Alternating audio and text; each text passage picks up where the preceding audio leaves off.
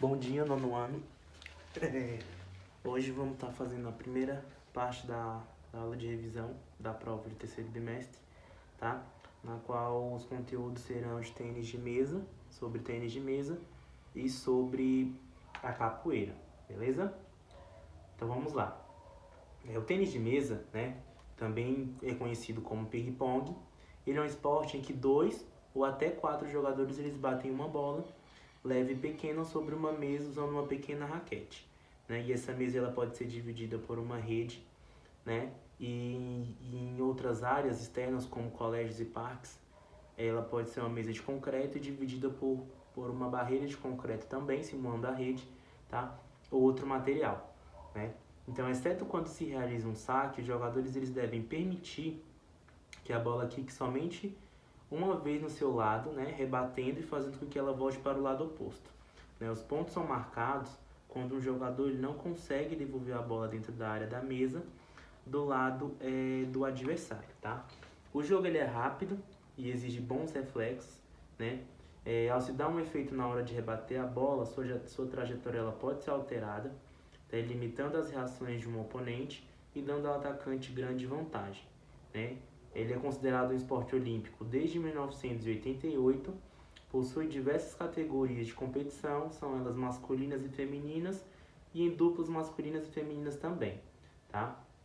E desde 2008 ela é uma prova de equipe que é jogada no lugar das duplas, né? Um pouco da história é que o esporte ele teve origem na Inglaterra vitoriana, né, onde foi disputado pela alta classe com o passar do tempo, né, como um passatempo para depois do jantar. Ele teve diversos nomes e existiam indícios de que o jogo ele foi improvisado por militares britânicos na Índia ou na África do Sul, né, e eles enfileiraram livros no centro de uma mesa para simular a rede, e com outro livro e outros 2 livros que restaram, eles simularam a raquete e jogaram com uma bola de golfe, tá? O tênis de mesa ele foi crescendo de popularidade na medida que foram sendo organizados torneios, né? E livros foram escritos sobre o assunto, e um campeonato mundial não oficial também foi realizado em 1902, tá? Durante o século XX, o jogo ele foi proibido lá na Rússia, porque os governantes da época eles acreditavam que ele teria um efeito adverso sobre a visão dos jogadores, né? Em 1921, a Associação de Tênis de Mesa ela foi fundada lá na Grã-Bretanha, e a Federação Internacional de Tênis de Mesa foi fundada em 1926. Londres foi a sede do primeiro campeonato mundial, né? E em 1933, a Associação Americana de Tênis de Mesa foi criada, tá? Na década de 1950, as raquetes que utilizavam a folha de borracha combinada com uma camada de esponja, eles mudaram o jogo drasticamente, que eles introduziram maior rotação e velocidade à bola. Então essas características elas foram introduzidas na Inglaterra por um fabricante de lá, né? E o tênis de mesa ele foi introduzido como esporte olímpico nos Jogos de 1988 de 1988. E após as Olimpíadas de 2000 em Sydney, a Federação Internacional, né, instituiu várias mudanças de regras que foram destinadas a tornar o tênis de mesa mais viável como um esporte a ser visto pela televisão. Então, em primeiro lugar, eles mudaram as bolas de tamanho, né? Isso aumentou a resistência da bola e diminuiu o ar pouco e o ritmo de jogo, né? E em poucos meses também eles diminuíram a pontuação de 21 para 11, né? E a intenção foi deixar os jogos mais rápidos e emocionantes. A mesa ela possui 2,75 metros de comprimento, né? Com 1,525 de largura e 76 centímetros de altura. Ela pode ser feita de qualquer material contínuo, desde que esse material ele fica solto e uniforme durante cerca de 26 centímetros quando a bola padrão é solta, né?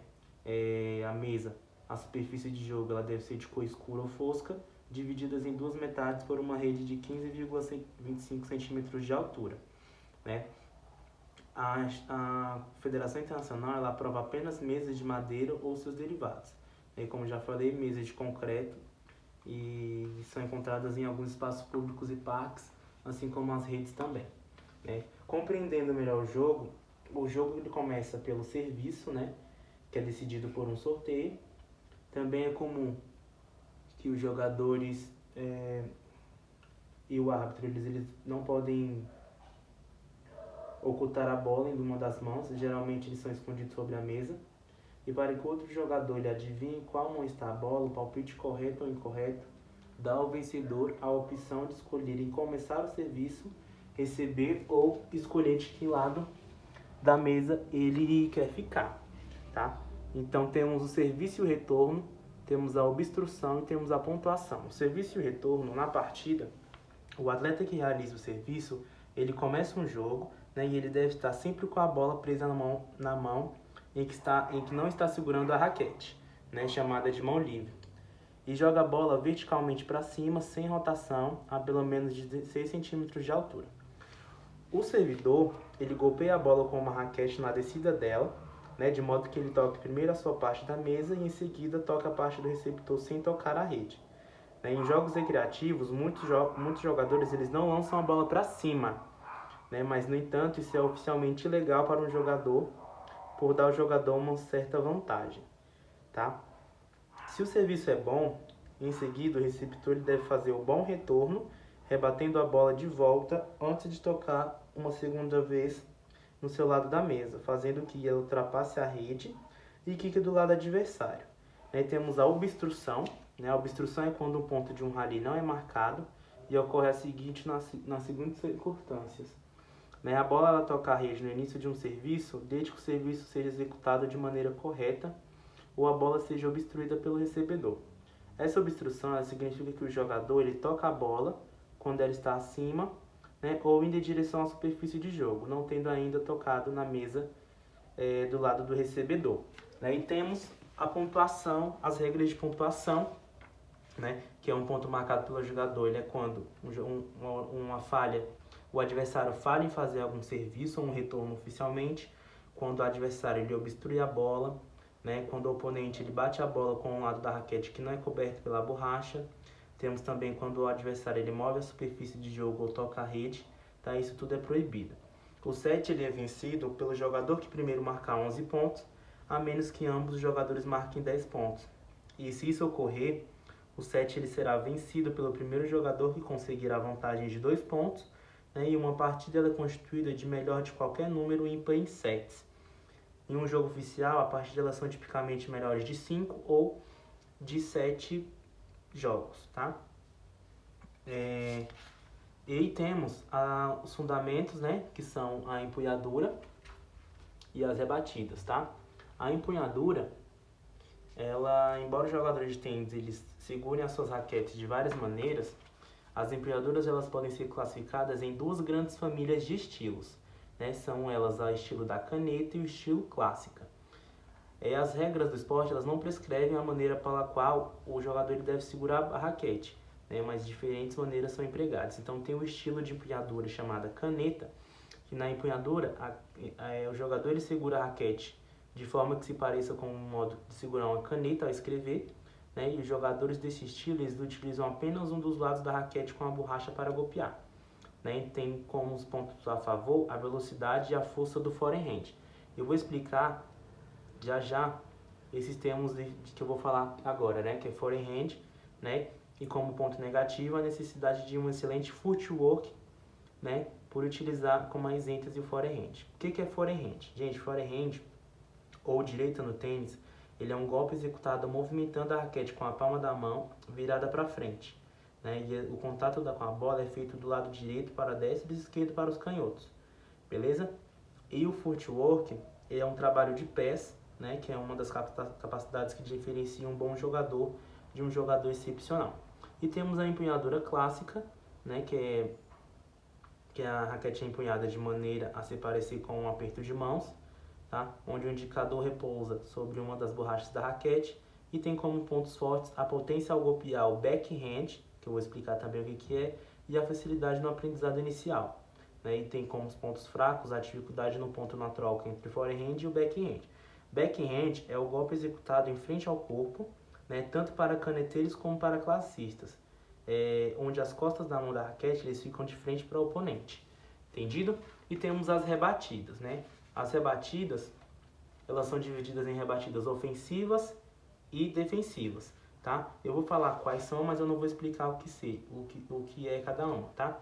Então temos as rebatidas ofensivas, que é o hit, o loop, o counter hit, o flick e o cortar, tá? E temos as rebatidas defensivas, que é o push, o chope, o bloqueio e o lob, tá?